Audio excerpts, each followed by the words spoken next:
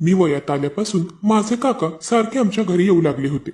ते सारखे माझ्या सुंदरतेचं व माझ्या भरदार शरीराचं कौतुक करत असायचे. एके दिवशी आईला बाहेर गावी जायचं असल्यामुळे तिने मला काकांच्या घरी राहायला सोडलं. त्या रात्री काकांनी मला त्यांच्या खोलीत बोलावलं. काका म्हणाले, तू मोठी झालीस की नाही हे मी चेक करतो. असं सांगून काकांनी मला बेडच्या कडेला बसवून रात्रभर माझा जीवच काढला.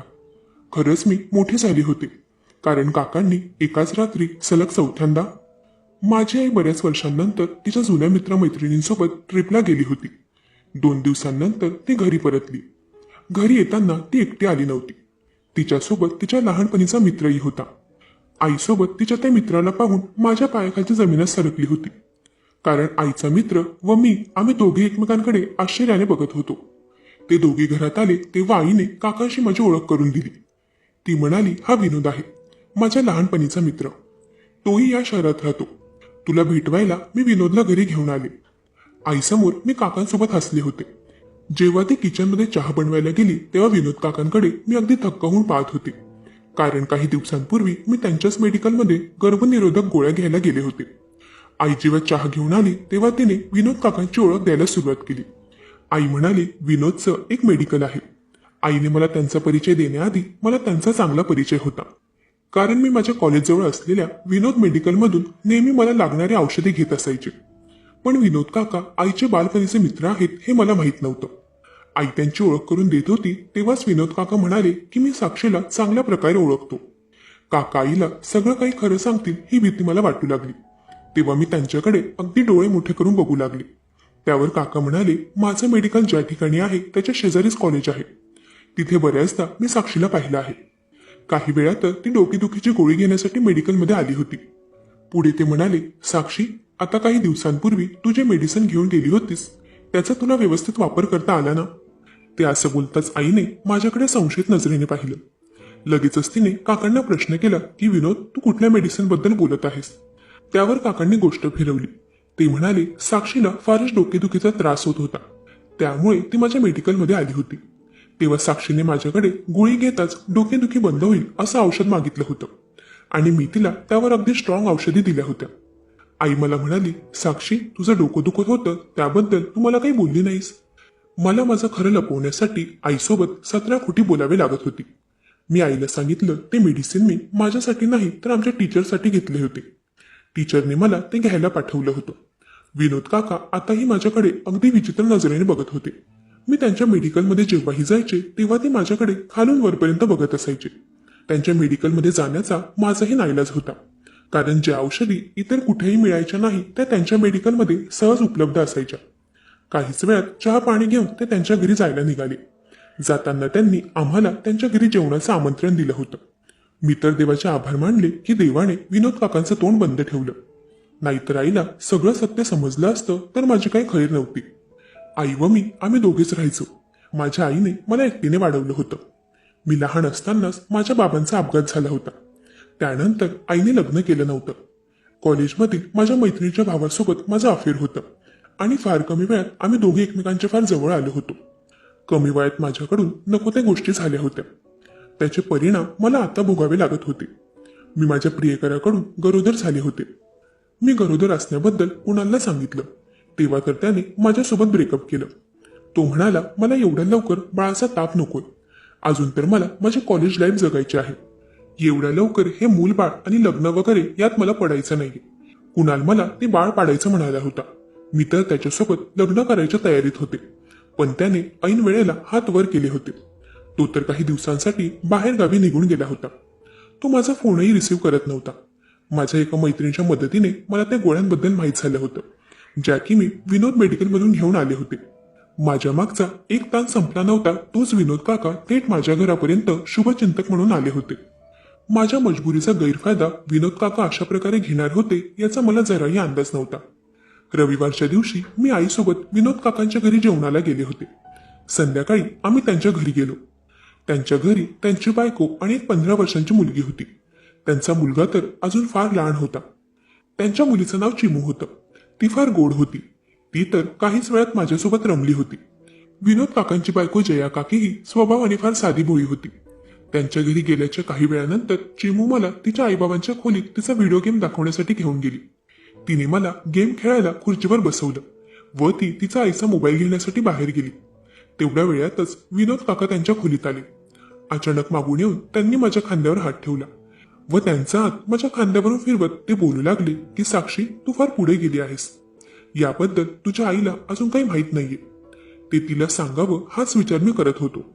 काकांचं बोलणं ऐकताच मी जागचे उठले व त्यांच्यासमोर उभं राहून मी त्यांना हात जोडून म्हणाले की प्लीज काका, आईला याबद्दल काही सांगू नका. मी त्यांच्यासमोर हात जोडून उभे होते व ते अगदी हसूनच माझ्या केसातून हात फिरवू लागले. ते म्हणाले, तुला एक गोष्ट माहीत आहे का? तू मला फार आवडतेस. माझी मजबुरी असल्यामुळे मी त्यांचं सगळं काही बोलणं ऐकत होते.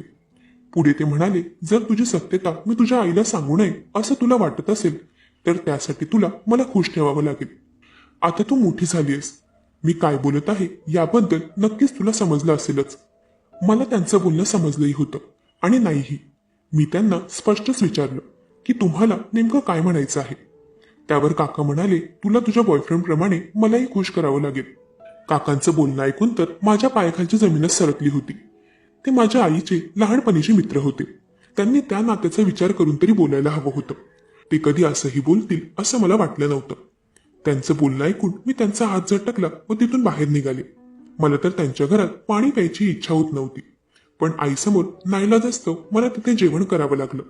त्यांच्या घरून निघताना काका मला म्हणाले, साक्षी, मी तुला जे काही सांगितलं आहे त्यावर नक्कीच विचार कर. आम्ही त्यांच्या घरून निघालो तेव्हा आई मला विचारू लागली की काकांनी असं तुला काय सांगितलं की ते तुला त्या गोष्टीवर विचार करायला सांगत होते. आज पुन्हा मला आईसोबत खोटं बोलावं लागलं. मी तिला सांगितलं की काका मला फार्मसीच्या शिक्षणाबद्दल सांगत होते. आईला माझं खोटंही पटलं होतं. दुसऱ्या दिवशी मी कॉलेजमध्ये गेले तेव्हा मी माझ्या मैत्रिणीकडे फार रडत होते. तिने मला समजावलं की कुणालशी एकदा बोलून तर बघ. त्या दिवशी कुणालने माझा फोन उचलला. मी त्याला सांगितलं की माझं गरोदर असण्याचं टेन्शन आता दूर झाले. गोळ्या घेऊन मी माझा गर्भपात केलाय. प्लीज तू माझ्याशी ब्रेकअप करू नकोस. मी कुणालशी बोलले तेव्हा त्याने माझं म्हणणं ऐकलं. त्याच दिवशी तो मला भेटायला आला. त्याच्यासोबत तो मला हॉटेलवर घेऊन गेला. कुणालला एकट्यात भेटताच मी त्याला म्हणाले की कुणाल, मला हे माहीत आहे की तुझं माझ्यावर प्रेम आहे, पण तुला एवढ्या लवकर लग्न करून लग्नाच्या बंधनात अडकायचं नाहीये हे मला समजलंय. तुझं माझ्यावर खरं प्रेम आहे, त्यामुळे आज नाही तर उद्या तू माझ्यासोबत नक्कीच लग्न करशील हे तर मला ठाऊक आहे. त्याने माझ्या बोलण्यावर होकार भरला. त्यावरून मी समजले होते की तो माझ्याशी नक्कीच लग्न करेल. त्यावेळी पुन्हा एकदा आम्ही एकमेकांच्या जवळ आलो होतो. त्या दिवशी मी घरी आले तेव्हा येताच मी विनोद काकांना आमच्या घरात बसलेलं पाहिलं. मी घरात येताच आई मला म्हणाली, साक्षी, आज तुला यायला फार उशीर झाला. काका मगापासून तुझी वाट बघत आहेत. तू मला काल सांगितलंस ना, काका तुझ्याशी फार्मसीबद्दल बोलत होते. आताही ते त्याबद्दल चर्चा करायला आले आहेत. आईसमोर होकारार्थी मान डोलावून मी माझ्या खोलीत गेले. खोलीत पाय ठेवलाच होता तोच काका माझ्या खोलीत आले. त्यांना पाहून मी तर दचकले होते. माझ्याजवळ येऊन ते म्हणाले, साक्षी, आपलं काल जे काही बोलणं झालं ते तू फार हलक्यात घेतलेलं दिसतंय. जर तू माझं बोलणं हलक्यावर घेत असशील तर याद राख, आत्ता जाऊन मी तुझ्या आईला तुझ्या गर्भपाताची सत्यता सांगेन. काका मला करू लागले होते तेव्हा मी त्यांना थांबवलं व त्यांना म्हणाले, आता तर आई घरात आहे म्हणून मी तुमची इच्छा पूर्ण करू शकत नाही. ही वेळही आता योग्य नाहीये.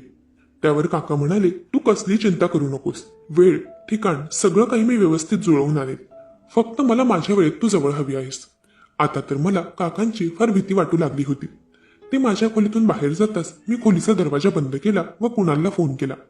मी त्याला म्हणाले, तुला आत्ताच्या आत्ता लग्न करायची गरज नाहीये, पण आपण आपल्या नात्याबद्दल आईला सांगूयात, जेणेकरून तू मला भेटायला माझ्या घरी येऊ शकतोस. कुणाल माझं काही ऐकायला तयार नव्हता. आतापासूनच त्याला आमचं नातं घरच्यांसमोर आणायचं नव्हतं. त्याच्यामुळे मी इथे नको त्या गोष्टी टाळत होते आणि हे मी कुणाला सांगू शकत नव्हते, कारण रागाच्या भरात तो विनोद काकांना काही बोलला असता तर नकळत का होईना ती सगळी गोष्ट आईपर्यंत येऊ शकली असती. मी तर मला काकांपासून लांब राहता येईल तेवढं लांब राहण्याचा प्रयत्न करत होते. सलग 2 दिवस विनोद काकांच्या भीतीने मी कॉलेजला गेले नव्हते. कुणालाही काही दिवस त्याच्या घरच्या कार्यक्रमात व्यस्त होता. त्याच्या मोठ्या भावाच्या मुलाचं बारसं होतं. त्याच कामात तो अडकला होता. सध्या आमचंही भेटणं होत नव्हतं. कॉलेजमध्येही माझं अजिबातच मन लागत नव्हतं. असेच पुढचे 2 दिवस उलटले. 2 दिवसांनंतर संध्याकाळच्या वेळी विनोद काका पुन्हा एकदा आमच्या घराच्या दरवाज्यात मला दिसले. आताही ते माझ्याकडे अगदी खालून वरपर्यंत बघत होते. मी माझ्या घरात शॉर्ट कपड्यांवर असायचे. काका असे अचानक आले होते. घरात आल्यावर ते माझ्याकडे अगदी घाणेरड्या नजरेने बघू लागले. आई तेव्हा तिच्या खोलीतून तयार होऊन बाहेर आली. तिच्या हातात तिची बॅगही होती. आई मला म्हणाली, 2 दिवस तुला विनोद काकांकडे जावं लागेल, कारण मला कामानिमित्त 2 दिवस बाहेर जायचं आहे. तेव्हा मी आईवर चिडले व तिला म्हणाले, तू मला असं ऐनवेळी का सांगत आहेस? पहिलेच बोलली असतीस तर मी माझ्या मैत्रिणीला घरी बोलावलं असतं. आता मी कोणाच्या घरी जाणार नाही. त्यावर आई म्हणाली, साक्षी, तुझं डोकं ठिकाणावर तर आहे ना? सध्या तू कुठल्या विचारात आहेस? 2 दिवसांपूर्वी जेवत असताना मी तुला माझ्या कामाबद्दलची पूर्वकल्पना दिली होती, ते तू विसरलीस वाटतं. अरे हो, आईने तर मला तिच्या बाहेरगावी जाण्याबद्दल सांगितलं होतं, पण मी माझ्या विचारात सगळं काही विसरले होते. मी आईला म्हणाले, मला कुठे जायची गरज नाहीये, मी आता मोठी झाली, घरात मी एकटी राहू शकते. त्यावर आई म्हणाली, मीही तुला एकटं राहू द्यायला तयार होते, पण अचानकच मला विनोदचा फोन आला. तो तुला 2 दिवसांसाठी त्याच्या घरी घेऊन जायला येतच होता. तेव्हा मी त्याला माझ्या बाहेरगावी जाण्याबद्दल सांगितलं. विनोदची मुलगी चिमू तुझी फार आठवण काढत होती, म्हणून 2 दिवस तू तिच्यासोबत राहावं अशी विनोदची इच्छा होती. त्यामुळेच तुला तो घ्यायला आला होता. हे तुझ्यासाठी सरप्राईज होतं. आईला काकाचा उद्देश माहीत नव्हता. काका माझ्याकडे पाहून म्हणाला की साक्षी, चिमूला भेटण्याची तुझी इच्छा आहे ना? आईसमोर मी त्यांना होकार भरला. मी आता त्यांच्यासोबत जायला नकार दिला तर ते आईसमोर काही ना काही बोलतील हे तर मला त्यांच्या चेहऱ्यावरून दिसत होतं. विषय पुढे जास्त वाढण्याआधी मी माझ्या खोलीत जाऊन माझे 2 दिवसांचे बॅग पॅक करून बाहेर आले. काहीच वेळात आई तिच्या कामानिमित्त बाहेर गावी जायला निघाली व मी काकांसोबत त्यांच्या घरी निघाले होते. त्यांच्या घराच्या अर्ध्या रस्त्यात येताच मी थोडी विचारमुक्त झाले, कारण अचानकच मला लक्षात आलं की जया काकीही घरी असतील. मग मला घाबरायची गरज काय आहे असं मी स्वतःला समजावलं.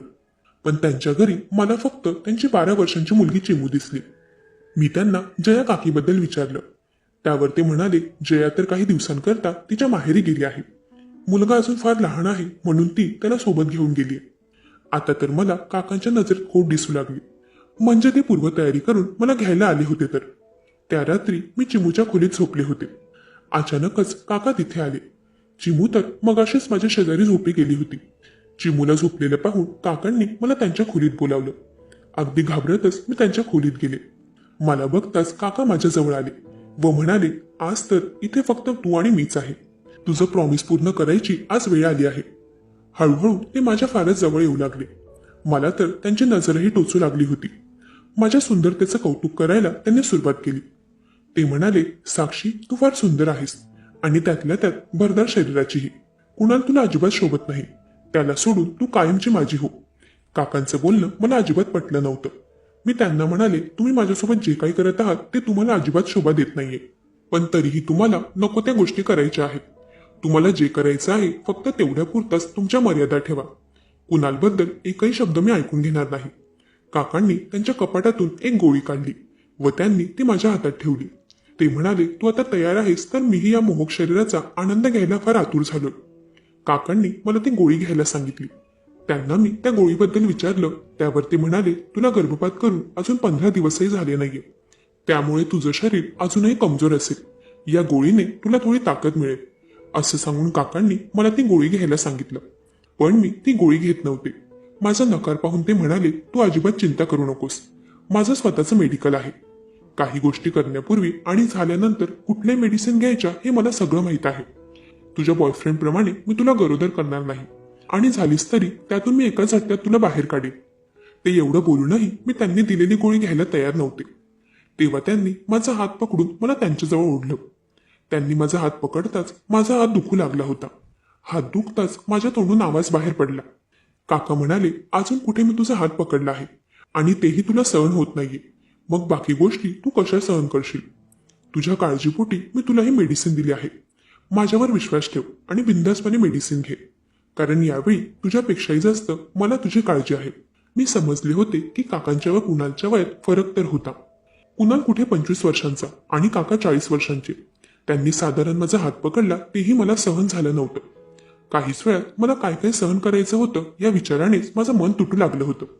एक खोटं लपवण्यासाठी मला एका 40 वर्षाच्या पुरुषासोबत असं काही करावं लागेल असं मला कधीच वाटलं नव्हतं. शेवटी मी ती गोळी घेतली. त्यानंतर काकांनी मला त्यांच्या बेडवर बसवलं. त्यांच्याने खोलीचा दरवाजा बंद करायचा राहिला होता. मला बेडवर बसवून ते खोलीचा दरवाजा लॉक करण्यासाठी गेले. तोच मी इकडे बेडवर पाठ टेकवली होती. काही वेळाने त्यांच्या खोलीचा लाईटही बंद झाला आणि मग त्या खोलीच्या अंधारासोबतच मी माझे डोळे घट्ट बंद करून माझ्या नजरेपुढेही पूर्णपणे अंधार केला, कारण काही गोष्टी माझ्याने बघवल्या जाणार नव्हत्या. त्या रात्रीनंतर दुसऱ्या दिवशी मी उठले तेव्हा मला कसलाही त्रास होत नव्हता. मी अगदी आश्चर्याने स्वतःकडे पाहत होते. मी माझ्या कपड्यांवरून हात फिरवत होते तोच काका त्यांच्या खोलीतील बाथरूम मधून बाहेर आले. मला पाहून ते म्हणाले, काल मी दरवाजा काय बंद करायला गेलो, तू तर तेवढ्यातच झोपी गेलीस. नंतर तू झोपेतूनही उठले नाहीस. काल रात्री तू जे नाटक केलंस ते आज मला नकोय. तू झोपेत असल्यामुळे मी मला हवा असलेला आनंद घेऊ शकलो नाही. काकांचं बोलणं ऐकून मी समजले होते की त्यांनी रात्री माझ्यासोबत नक्कीच काही केलं नसेल. पण एवढ्यातच मी बेफिकीर झाले नव्हते, कारण आजची पूर्ण रात्रही मी त्यांच्याच घरी होते. त्याच दिवशी रात्रीही त्यांनी मला त्यांच्या खोलीत बोलावलं, पण आज मात्र मला त्यांच्यापासून चिमुणे वाचवलं होतं. वेळेतच ती तिच्या बाबांच्या खोलीत आली. माझा हात पकडून मला तिच्यासोबत झोपायला ती तिच्या खोलीत घेऊन गेली. काकांची मात्र चिडचिड होऊ लागली होती. 2 दिवसांनंतर आईही तिच्या कामावरून परत आली. मीही अगदी सुखरूपपणे आमच्या घरी गेले होते. मला वाटलं काकांपासून माझी सुटका झाली. आता पुन्हा ते कुठल्याही बहाण्याने मला त्यांच्या घरी घेऊन जाऊ शकत नाही. पण नाही, ते तर तेवढ्यावरच थांबले नव्हते. दुसऱ्या दिवशी मी कॉलेजमध्ये गेले तेव्हा काकांचा मला फोन आला. त्यांनी मला कॉलेज बाहेर बोलावलं व माझ्या हातात त्यांनी एक ड्रेस दिला. ते म्हणाले, हा ड्रेस घालून तयार हो, आपल्याला बाहेर जायचं आहे. मी त्यांना तिथे प्रश्न करू लागले. त्यावर ते म्हणाले, 2 दिवस मी तुला माझी हौस पूर्ण करण्यासाठी घरी घेऊन गेलो होतो, पण माझी इच्छा पूर्ण झाली नाही. आज तू मला हवं असलेलं सुख दिलं नाहीस तर मी संध्याकाळी तुझ्या आईला तुझी सगळी सत्यता सांगेल. त्यावेळी ज्या प्रकारे काकांचं बोलणं होतं त्यावरून तर ते जे काही बोलत होते ते अगदी सिरियस दिसत होतं. जास्त प्रश्न न करता मी कॉलेजच्या वॉशरूममध्ये जाऊन त्यांनी दिलेला ड्रेस चेंज केला व तसाच मेकअपही केला होता. तयार होऊन मी कॉलेजच्या बाहेर आले. काका त्यांच्या गाडीत माझी वाट बघत होते. त्यांच्यासोबत मी बाहेर जायला निघाले. आम्ही एका हॉटेलमध्ये गेलो होतो. काहीच वेळात मी काकांसोबत हॉटेलच्या रूममध्ये होते. तिथे जाताच मी थरथरू लागले, कारण काकांचे हावभाव पहिल्यापेक्षाही फार भयंकर दिसत होते. ते तर पहिल्याच वेळी माझा जीव काढतील असं मला दिसत होतं. जेव्हा काका माझ्या फार जवळ आले तेव्हा मी त्यांना थोडं इमोशनल करण्याचा विचार केला. त्यांनी माझ्या स्कर्टला हात लावला तोच मी काकांना म्हणाले, काका, तुमची चिमूही माझ्याप्रमाणेच आहे ना? मी तुमच्या मुलीसारखी आहे. तुम्ही तुमच्या मुलीसोबत हे असं कधीच करू शकत नाही. तुम्हाला या गोष्टी अजिबातच शोभा देत नाहीयेत. मी असं बोलताच काका म्हणाले, तू मला इमोशनल करण्याचा प्रयत्न अजिबातच करू नकोस. माझ्या चिमूमध्ये आणि तुझ्यामध्ये फार फरक आहे. तू माझी सख्खी मुलगी नाहीयेस, त्यामुळे मला तुझ्याविषयी त्या भावना कधीच येऊ शकत नाही. असं म्हणून काका माझ्या फार जवळ येऊ लागले. आता मात्र मी काही केल्या त्यांच्यापासून वाचू शकणार नव्हते हे मला दिसलं होतं. ते माझ्या जवळ येताच मी माझे डोळे बंद केले. तो 40 वर्षांचा पुरुष माझ्यासोबत नको नको ते करेल याच विचारात मी होते. अचानकच काकांनी माझा हात पकडला व ते मला त्या रूममधून बाहेर घेऊन गेले. त्याच हॉटेलमधील दुसऱ्या रूमजवळ ते मला घेऊन गेले. त्यांच्याकडे असलेल्या चावीने त्यांनी त्या रूमचा दरवाजा उघडला. त्या खोलीत जाताच समोर मी कुणालला दुसऱ्या मुलीसोबत पाहिलं. ते पाहून तर मी माझे अश्रू थांबवू शकत नव्हते. ते दृश्य पाहून मी कुणालला म्हणाले, कुणाल, हे सगळं काय आहे? तुझं तर माझ्यावर खरं प्रेम होतं ना, मग हे सगळं? त्यावर तो म्हणाला, माझं तर तुझ्यावरच प्रेम आहे. ही मुलगी फक्त माझा टाइमपास आहे. तुझं माझ्यावर प्रेम आहे तर आपण लग्न करूयात. मी असं बोलताच कुणाल म्हणाला, साक्षी, प्रेम आणि लग्न या दोघात फार फरक आहे. तू आतापासूनच लग्नाचा विचार करू नकोस. ते सगळं सोड, तू बाहेर जाऊन माझी वाट बघ. कुणालचं माझ्या बोलण्यावर लक्षच नव्हतं. तेव्हा मी त्याच्या कानाखाली वाजवली. मी तिथून काकांच्या खोलीत गेले. तिथे जाताच मी काकांना मिठी मारली होती. तेव्हा काकांनी लगेचच मला त्यांच्यापासून लांब केलं. तेव्हा मला चक्कर येऊ लागल्या. माझी अवस्था पाहून काका म्हणाले, तुझे लक्षणं कसले आहेत हे तुलाही समजलं असेल. साक्षी, तू पुन्हा एकदा गरोदर झालीस. मी पुन्हा एकदा कुणालकडून गरोदर झाले होते. तेव्हा मी माझ्या बाळासाठी कुणालकडे परत गेले. मी त्याला माझ्या प्रेग्नन्सीबद्दल सांगितलं. तेव्हाही त्याने पहिल्याप्रमाणे माझ्यासोबतचे सगळे नाते तोडले. तो म्हणाला, हे मूल माझं नाहीये. पुन्हा रडतच मी काकांच्या खोलीत आले होते. काका मला म्हणाले, साक्षी, तुला हे सगळं दाखवण्यासाठीच मी तुला इथे घेऊन आलो होतो. तू ज्याच्यावर प्रेम करतेस, ज्याच्यामुळे एवढ्या कमी वयात तू तुझं शरीर खिळखिळ करायला निघालीस, त्याचं तुझ्यावर किती खरं प्रेम आहे हेच मला तुला दाखवायचं होतं. तुझ्याप्रमाणेच 17 मुली माझ्या मेडिकलवर नको ती मेडिसिन घ्यायला येत असतात. माझं तर कामच आहे आलेल्या ग्राहकाला त्याची सेवा पुरवणं. तुझ्याप्रमाणे प्रत्येक मुलीमध्ये मी असा वेळ घालवत नाही, कारण प्रत्येकीला आपलं आयुष्य आहे. तू माझ्या लहानपणीच्या मैत्रिणीची म्हणजेच माझ्या बहिणीची मुलगी आहेस. त्यामुळे मी तुझ्या मागे एवढा वेळ खर्च केला. तुझ्याकडून मला काही नकोय. ज्या दिवशी मी तुला पाहिलं तेव्हा मला माझ्या मैत्रिणीकडे बघून फार वाईट वाटलं होतं. तुझी आई तुझ्यासाठी फार कष्ट करते आणि तू शिक्षण करायचं सोडून नको त्या गोष्टीत अडकली आहेस. त्यातल्या त्यात एवढ्या कमी वयात तू गरोदरही झालीस. तुझ्यातही मला माझी चिमूस दिसते. बऱ्याचदा बोलण्यातून मी तुला कुणालपासून लांब हो असं समजवण्याचा प्रयत्न केला होता, पण तू काही ऐकायला तयार नव्हतीस. त्यामुळे मला एवढं सगळं नाटक करावं लागलं. अजूनही मी तुला चुकीचं वाटत असेल तर मला माफ कर. काकांनी जे काही केलं होतं ते माझ्या भल्यासाठीच केलं. मला त्यांच्या वागण्याचा अजिबात राग आला नव्हता. त्यांनी तर वेळीच माझे डोळे उघडले होते. कुणाला एक फालतू मुलगा होता. अशी मुलं कधीच कोणावर खरं प्रेम करू शकत नाही हे मी समजले होते. नको त्या प्रेमात अडकून मी फार कमी वयात माझं शरीर खराब करायला निघाले होते. काकांनी माझ्याच भाषेत मला सुधरवलं होतं. त्यांनी मला चांगल्या वळणावर आणलं. आईला माझ्या प्रेमाबद्दल काही न सांगून त्यांनी माझ्यावर खूप मोठे उपकार केले होते.